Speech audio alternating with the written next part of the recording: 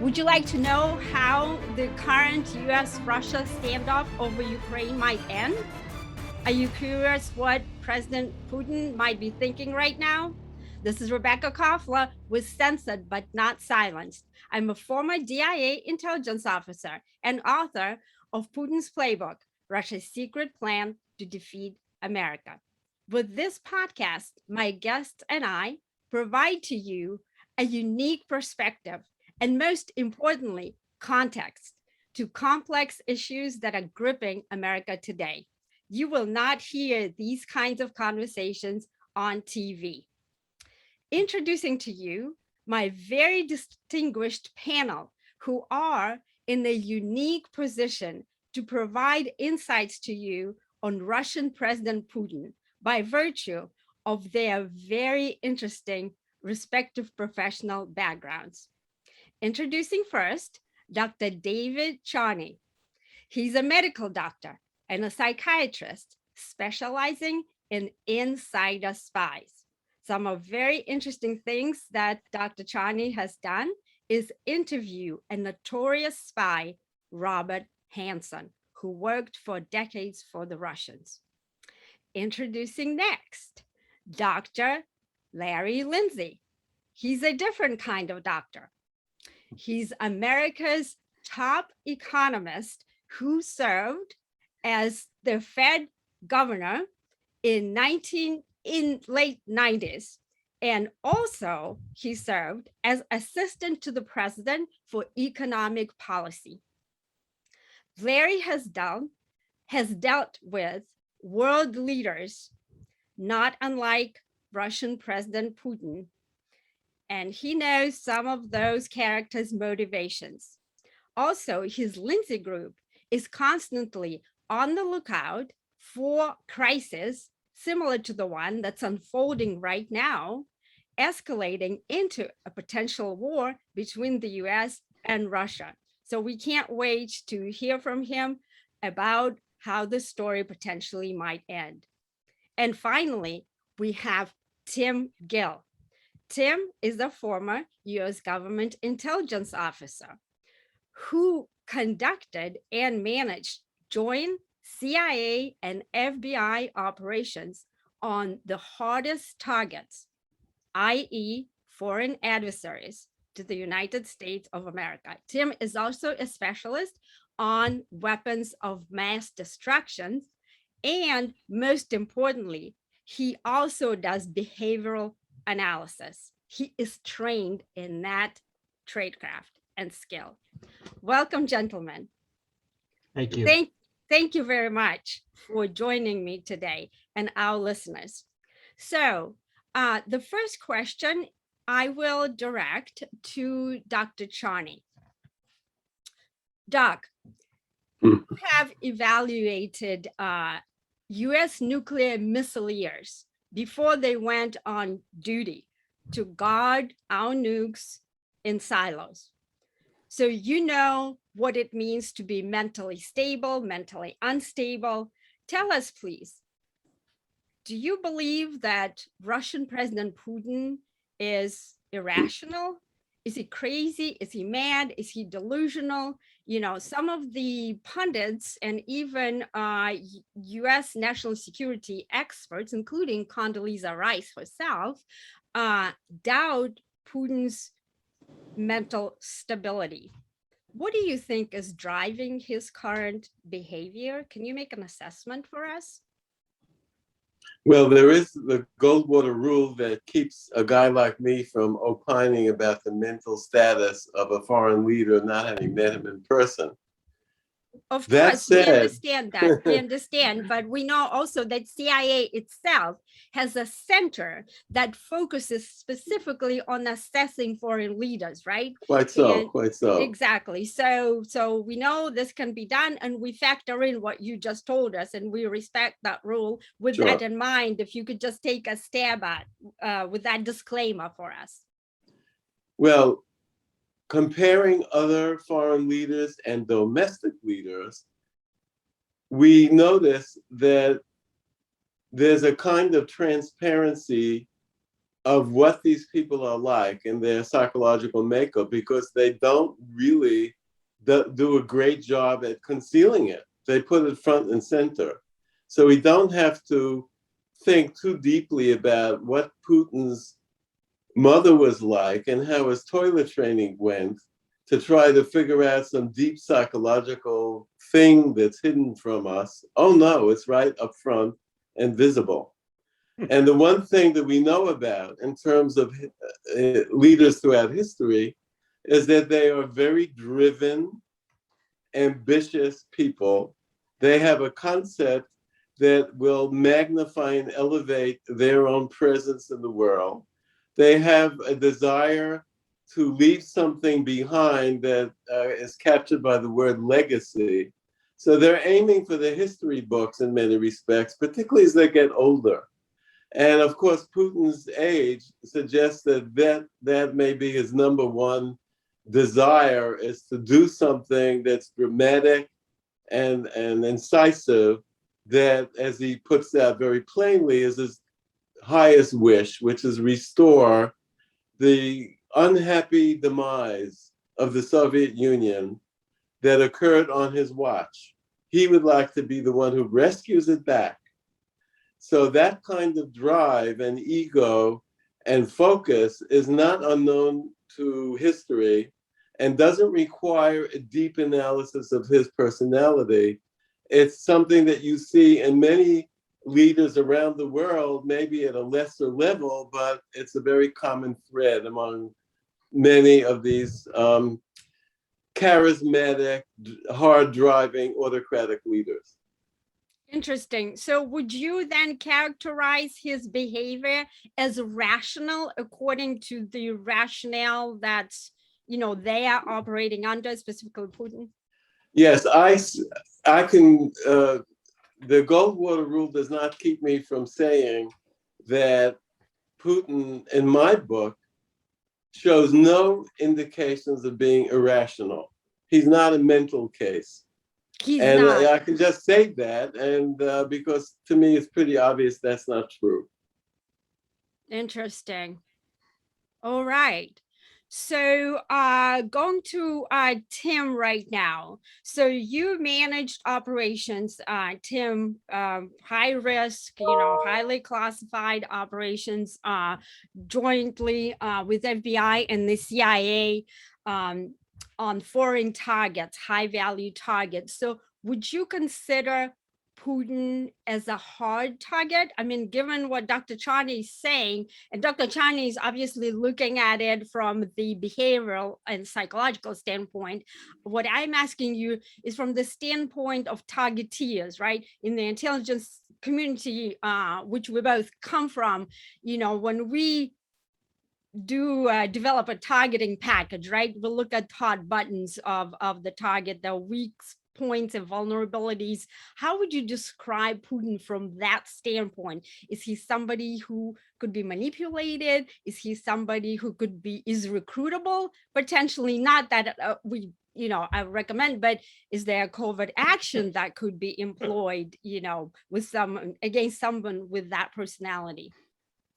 I believe Vladimir Putin is one, he possesses an enforcer personality, period. He basically possesses 5 different specific traits.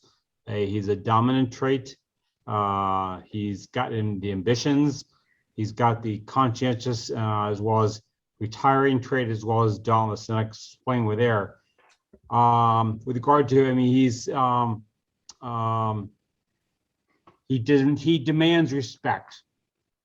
Given his upbringing, he demands respect.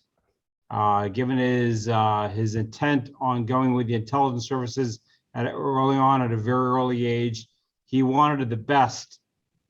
He wanted to be respected. He wanted the best. He wanted to go with the intelligence services, the KGB, and he achieved those goals later on in life.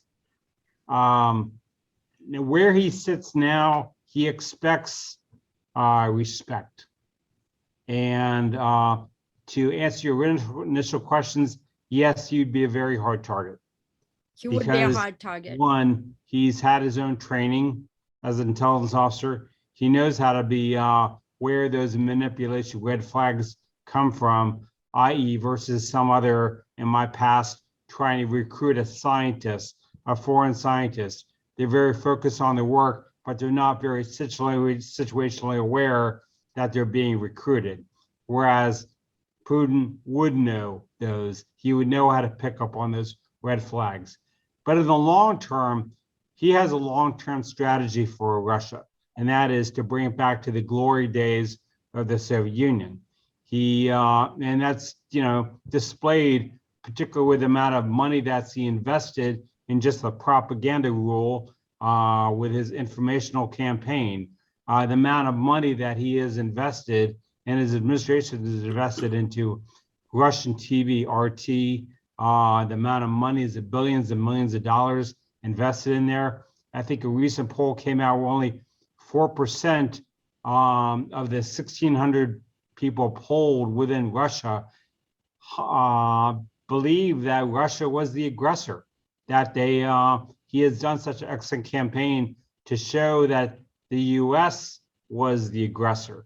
And right. Going back to their mindset of World War II, that they would never be taken advantage of, that they would never be, they would use any all means to fight aggressors. And his informational campaign has really done that. He has achieved that goal.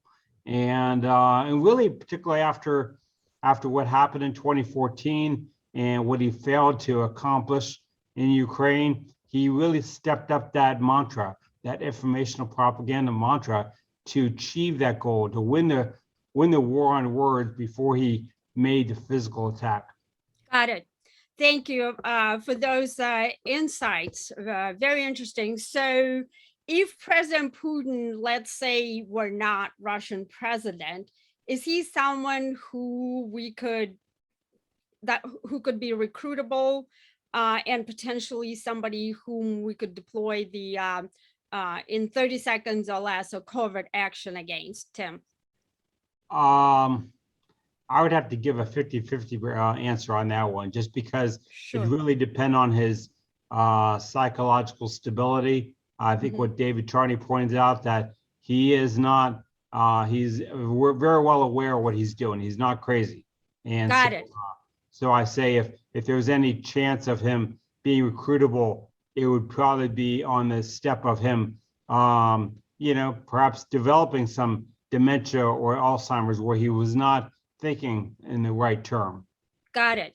Thank you. So Larry, going to you, is there anything from the geopolitical angle that you see that might contradict what the psychological behavioral analysis and sort of the intelligence analysis, if you will, and also explain why in your view Putin keeps engaging in negotiations with President Biden? There's nothing to negotiate, right? Both sides have acknowledged that the ultimatum that the Russians presented to the United States and NATO, the so-called security guarantees, they're non-starters, right? So why negotiate? Why is this cycle? What is Putin after? And also, why is President Biden doing this? Can you give us some insights on that based on your vast experience dealing with foreign, leaders, government and business alike? Well, Putin has done the exact same thing that we're doing right now. And I think he's done an assessment of President Biden and believes that in a mano-a-mano, he will walk all over Biden. And our return of one of their most notorious hackers is an example. Our removal of sanctions on the pipeline is another example. And the fact that he got away with it in Crimea is another example. I mean, and Biden was in the Obama administration then.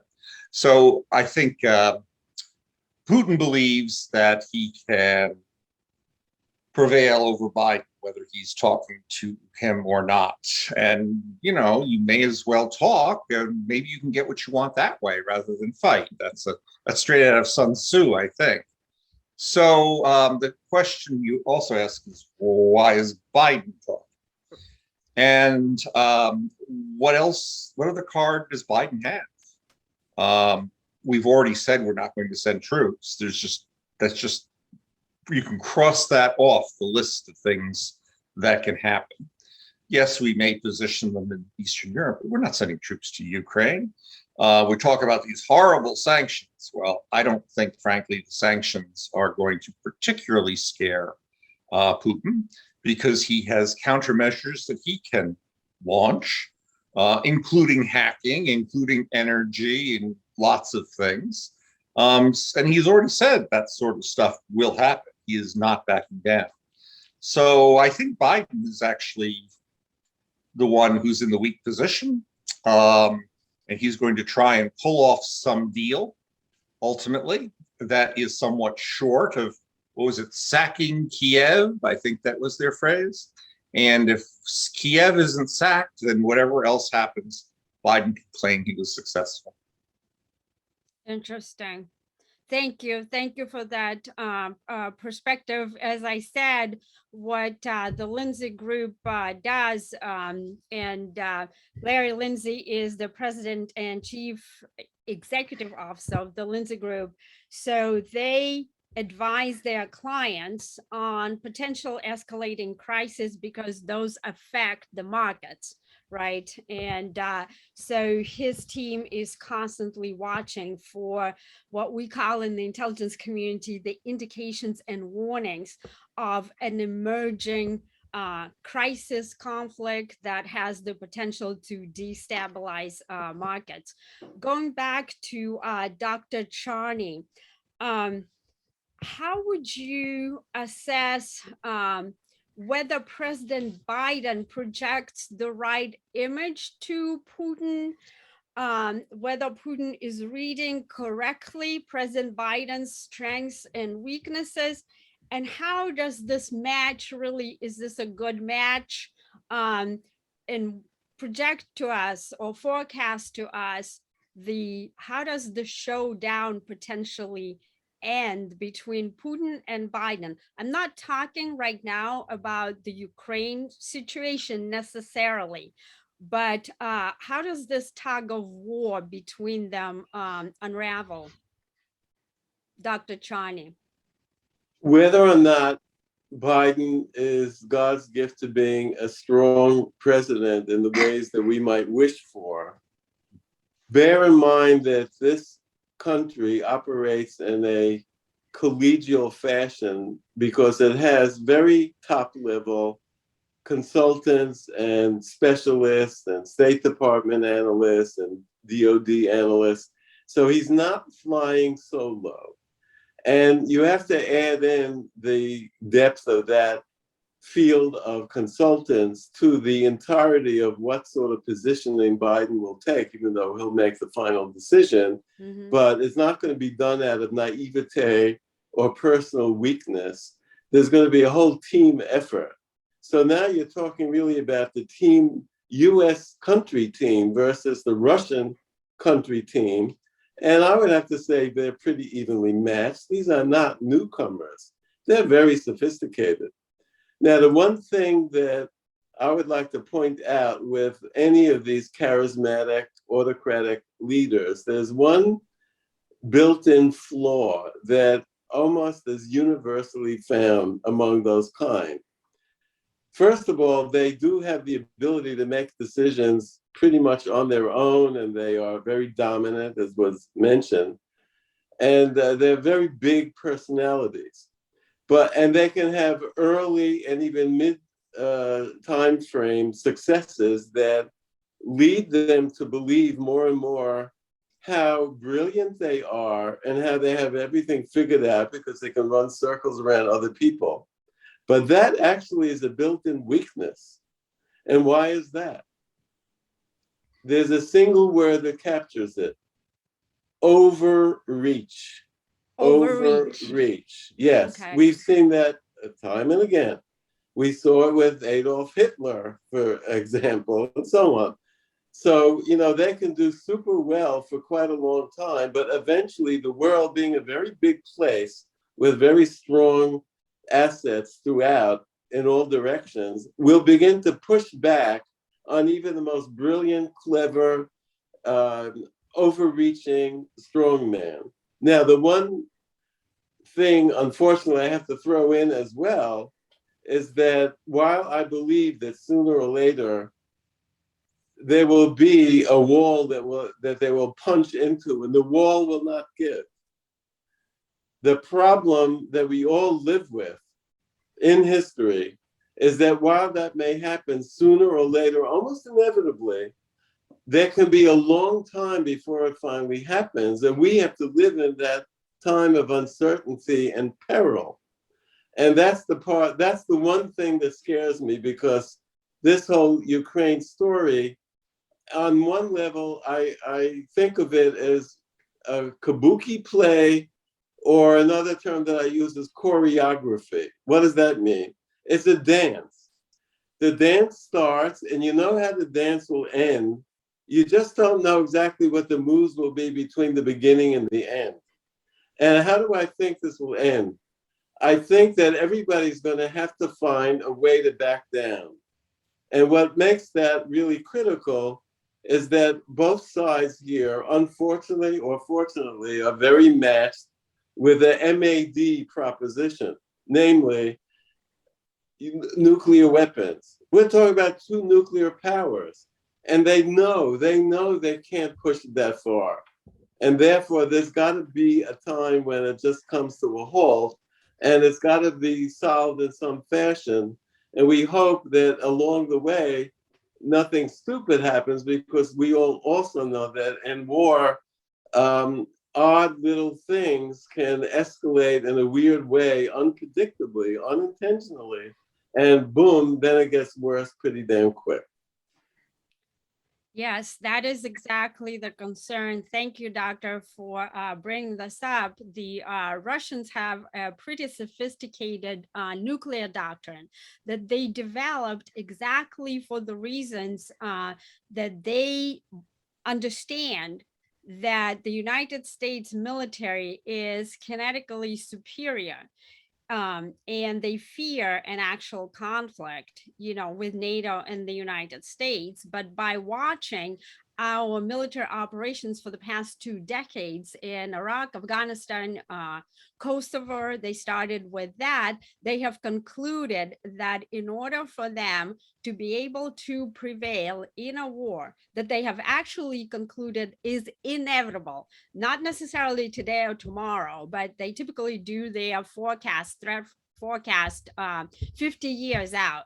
And so they've concluded such a war is inevitable because our national interests are on a geopolitical collision course with the Russians, because we're fighting over the same control over the same area in Eurasia. Who's going to call the shots? Is it the United States and NATO, or is it the Russians and possibly the Chinese? So they developed a nuclear doctrine that calls for the employment of tactical nuclear weapons to de-escalate a conventional conflict, right? Think about that. That's very counterintuitive, but that's what they've done.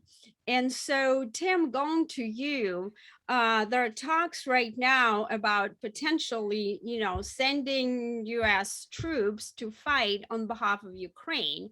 And in fact, President Biden put an alert 8,500 US troops. And more recently, yesterday, is that 3,000 troops actually have been authorized to be deployed to Eastern Europe. Given that, give us sort of the lay of the land. Ukraine is not part of NATO right now. Is it worth it for us, for the United States, from our national interest, from our strategic, goals, to send troops, to sacrifice our men and women in uniform to fight for Ukraine sovereignty? Well, first of all, I believe that, yes, there will be a massive deployment of our troops if not already. Two, much like how we engaged Vietnam initially with advisors, we already have advisors there in Ukraine. Now, what capacity do those advisors serve under? Do they serve really more as a diplomatic, more they training, or are they truly hardcore intelligence operatives for that representing the United States? That's the question remains. And that's not to say that Russia doesn't have the same kind of operatives embedded inside Ukraine to determine the temperature of, hey, is this the right time or not? We speak about what happened with regard to, or what can happen with regard to their nuclear arsenal. Let's not forget that Russia has a very large chemical and biological weapons arsenal as well. They have taken great interest in what happened with regard to the Wuhan lab and the accidental Wuhan leak with regard to those people that were infected, and they just kind of went along their business and the infection proliferated. Could that same happen with all these former labs that were once under the Soviet biopreparat that are still messing with these highly weaponized agents? Could the same thing happen here? They took great interest in what happened with China, and what have we done against China on this? Nothing. Well, could the same thing happen here? Maybe perhaps without Russia, without Putin's deniability or knowing what happened, with some hawk, much hawkish than Putin, working in this lab, basically, hey, I'm not getting paid enough. I'm going to see what happens here. What a perfect time. Could they deploy a chemical or biological weapon inside Ukraine and see what happens? There's a lot of softer end of things that could happen without a nuclear confrontation. And this has been played out repeatedly. There's a number of cards on the table here. The question also remains is there a pure indicator where our troops have already been equipped with the necessary prophylaxis and chemical weapons mop gear to deal with this potential? And if so, then that's also on the table. So there's a number of cards to be considered, and it is worthy. And of course, having spent a lot of time with Russian defectors over the years, it's always being considered. Those war games are always being considered, and particularly after what happened in 2014, that really amplified a reconsideration of, hey, what's our next step? Right. What an excellent point, Tim. And not much is talked about it, if at all. Actually, that there's something in between, even the what we call, the U.S. Army calls the gray zone conflict, and the Russians call asymmetric warfare or new generation warfare. And all the way, the nuclear on the escalation ladder. And the Russians believe that they can actually manage that escalation ladder. This is why they developed a counter to each U.S. step, potentially, because they've done homework on us, unlike, our national security apparatus. We have been really, chasing bright and shiny objects, in Afghanistan, which is, obviously understood. They presented the threat after September 11th. But unfortunately, while we were looking over here, the Russians and the Chinese were doing something over there. And that is developing their militaries and, most importantly, strategies in order to target us in a potential confrontation.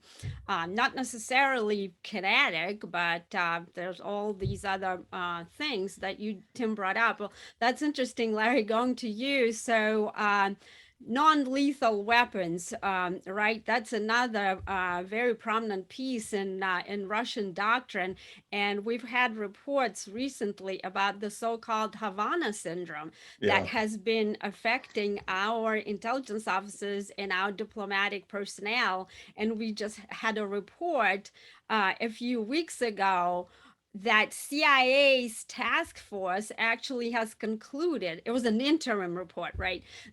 They have concluded that it is unlikely that a foreign actor, including Russia, will behind these strikes that are associated with the Havana syndrome, only to a couple of weeks later for another report to come out that says, well, it's actually possible that directed energy is actually the ultimate culprit, potentially emanating from a foreign entity. Can you comment on this? I'm sure your clients, who travel all over the world, right, would be concerned about something like that.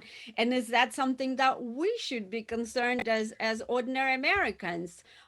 Because isn't there a report, is that, and I don't remember, you probably do, Larry, whether this has been used actually on US soil. Can you elaborate on that? I think there are two weapons where Putin has an advantage that falls short of chemical or biological. And one of them is the one you're talking about. We have to remember our team, I guess that was the phrase that was used earlier, has a vested interest in denying that the acoustic weapon, or whatever you want to call it, was actually used. It's a long story, but we understand why they're in that situation. Rebekah, as you know, we've discussed this quite a bit, and the evidence is pretty high that it was the Russians. And that they have it. Now, I don't mean Vladimir Putin is not a client, and if he wanted to be, I would turn him down. But let's just follow the logic. If I wanted to shut down America, I would use these little acoustic weapons, and I'd say pick 4 malls, giant malls in America, and I would make sure that we got 8 to 10 people in each one of those malls. And maybe we did for 5th or 6th one, maybe we took downtown Washington as an example also, excuse me, or downtown New York, okay? You start with even a small number of this happening to real people, you're gonna shut down the US economy much more effectively than COVID ever did. I mean, the economic panic would be enormous. But even falling short of that, which is a little bit sci-fi, we've already had an attack when the Colonial Pipeline was shut down, 6 months ago, 7 months ago? That was Russia. You do enough of that kind of attack, and you can bring America to its knees without really ever having any fingerprints on it. So I think that's the real ace in the hole that I think Putin has. And I agree with the comment earlier, we have to find an off-ramp. Because if we don't find an off-ramp, far short of nuclear, or even chemical or biological, the damage that can be inflicted is enormous. And in case any viewer hasn't noticed, you don't see our European allies flocking to the front lines on this one.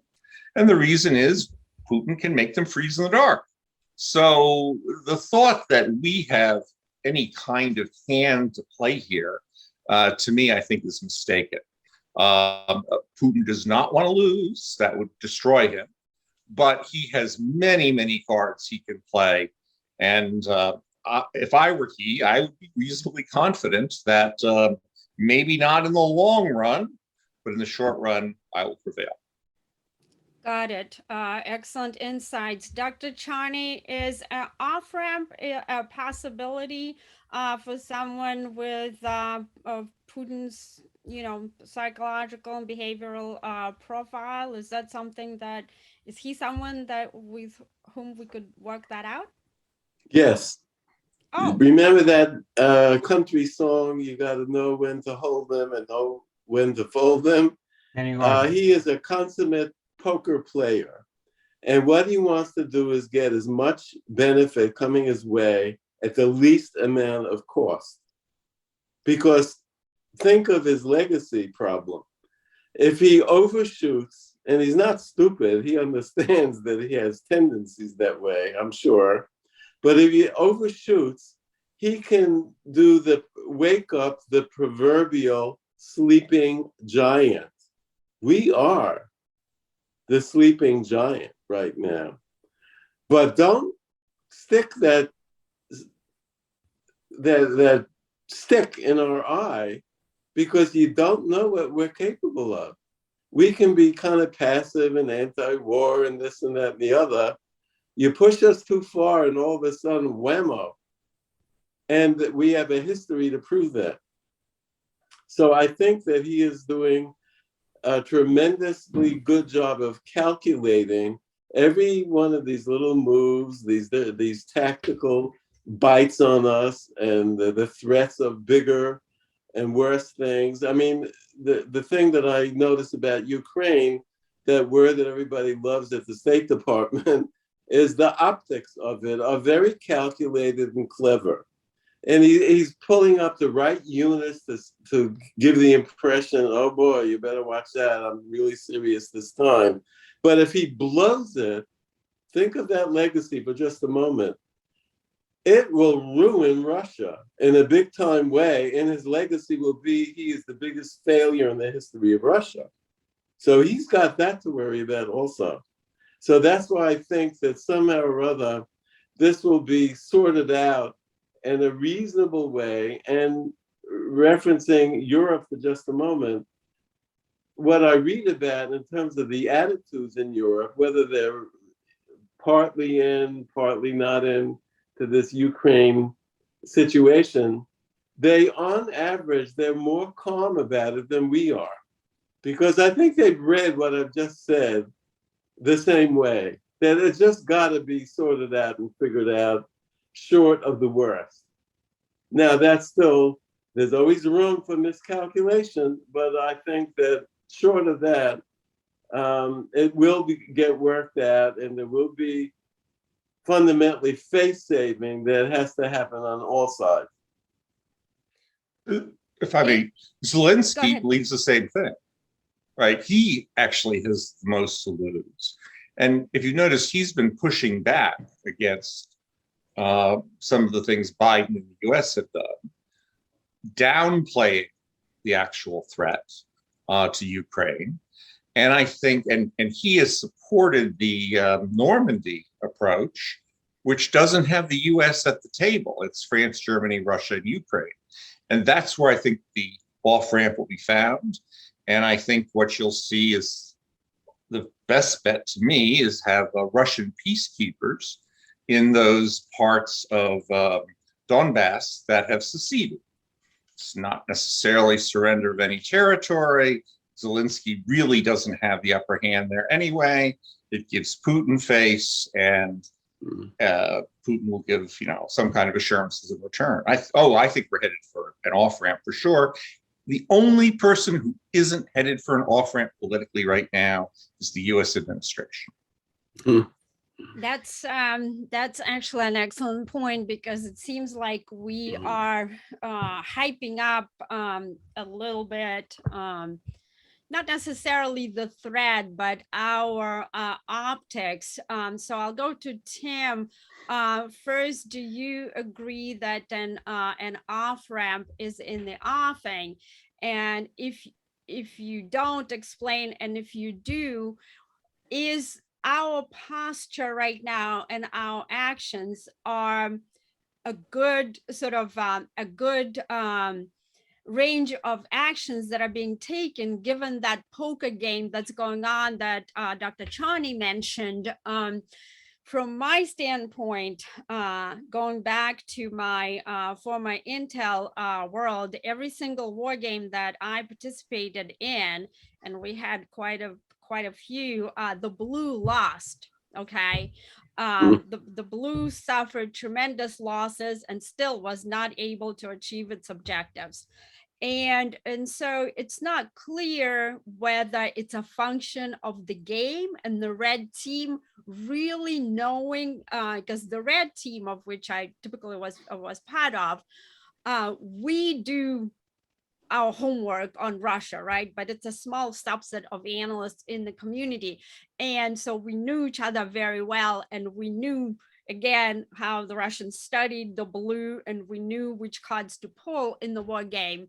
So, but then again, it's not clear to me whether it's a function of a game or it's a function of actually blue having deteriorated, in the past couple of decades, because like not overall, but pockets of our capabilities have been eroded, specifically during the President Obama's time. Right, because each time we ask for some extra money for this or that capability, the Democrats scream, and we actually, our, counter space capability, our hypersonic weapons capability, we've been, there are indications that Russia and China are ahead of us. But regardless of our superior weaponry, we typically are just so incompetent in strategy. And that's why we withdrew from Afghanistan after 20 years and $2.2 trillion, 6,000 of American lives only, not even counting civilians and all the allies. So do you think we are positioned to win, to outmaneuver Putin and the Russians, given the state of blue from the weapons and from the doctrine and strategy standpoint right now? I think there is potential for an off-ramp. I think much like I think it's coming down to a similar situation as what we dealt with the perhaps the Cuban Missile Crisis, where we're gonna be showing our force, but at the same time doing diplomatic back channeling in the same sense. I guess the real question here is, and David, Charney had led to it, is yes, Biden, he may not be as strong as a leader, but he's got strong advisors. The question is, do those advisors, do they want to back down? I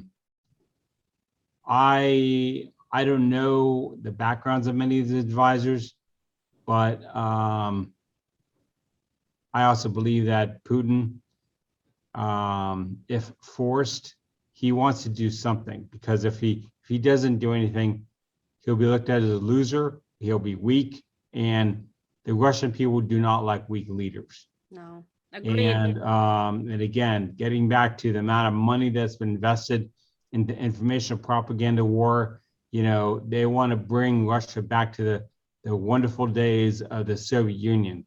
And people, they respect a strong leader. They will not tolerate a weak leader.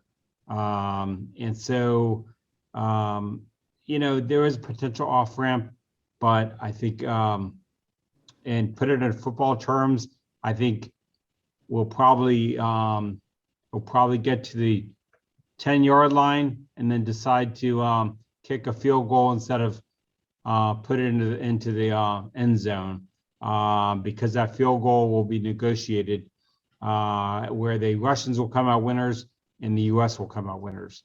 It is an important, and I think that's how it's going to end up. I mean, Putin doesn't want to lose what he has gained so far, and I believe that there will be those advisors of his that say, hey, listen, we have a lot going right now, and so I don't know. It's I think there's potential for an off-ramp, but how it's going to play out, whether it's in weeks or months, that's the biggest anomaly.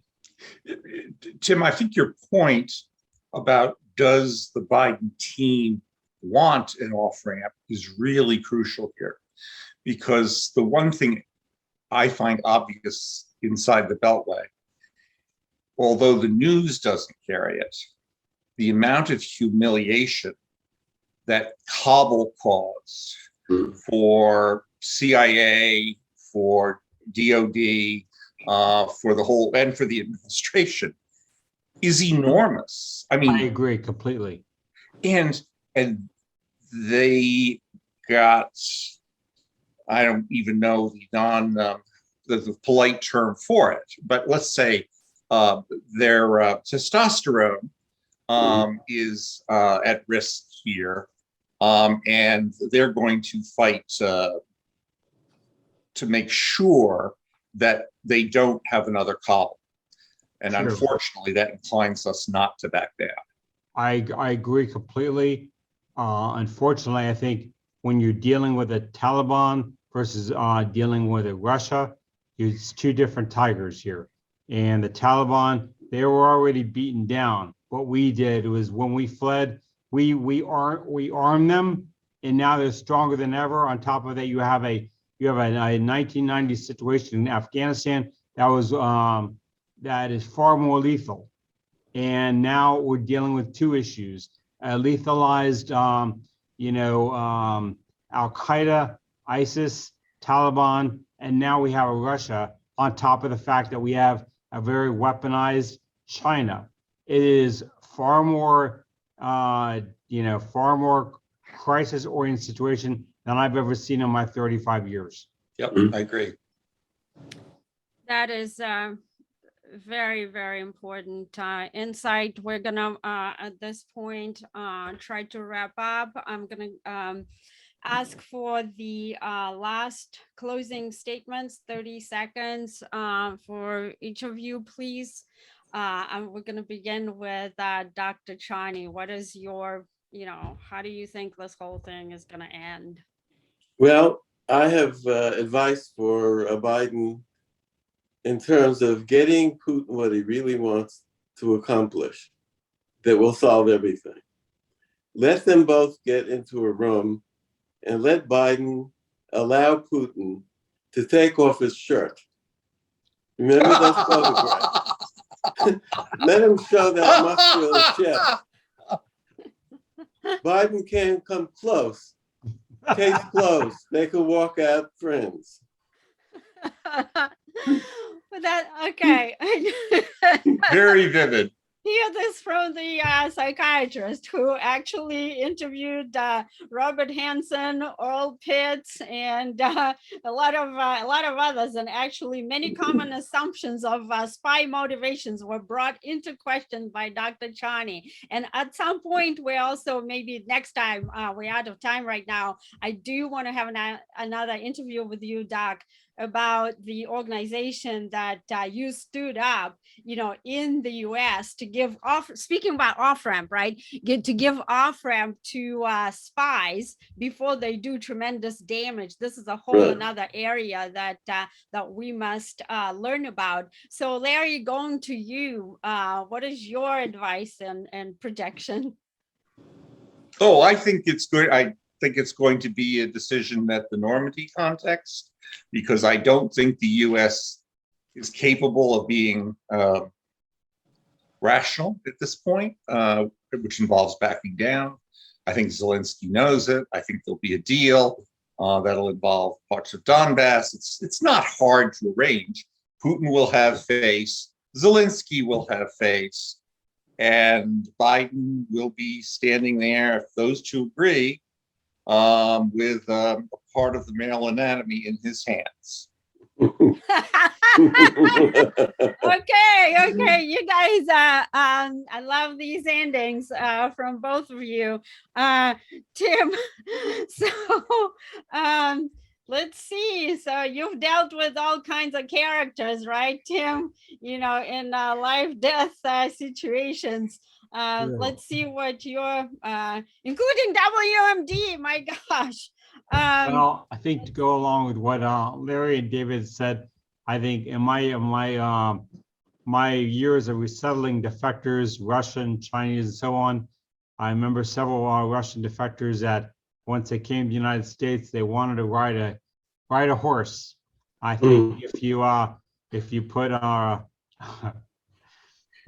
Putin on a horse and Biden on a horse, Putin's going to say, "I love America," and he's going to back down. Love it.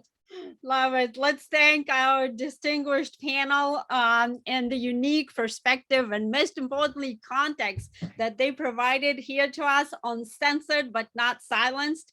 And we will not be censored or silenced today because we speak truth to power, even though the US government itself is afraid of our perspective to the point that they actually tried to sabotage the publication of my book. We're going to continue to speak the truth. Again, we had today Dr. David Charney. He's a clinical psychiatrist with his own practice in Alexandria. And especially if you're part of the intelligence community and you need help, you know that it has security clearance implications. Go to Dr. Charney. He has experience with those kinds of situations. He's worked with the agency. Google him, Dr. David Charney. We have Dr. Larry Lindsey, the CEO and president of the Lindsey Group. He can be found also on Google, and he doesn't need any special introductions. Everybody who needs to know what the Lindsey Group does knows what they do.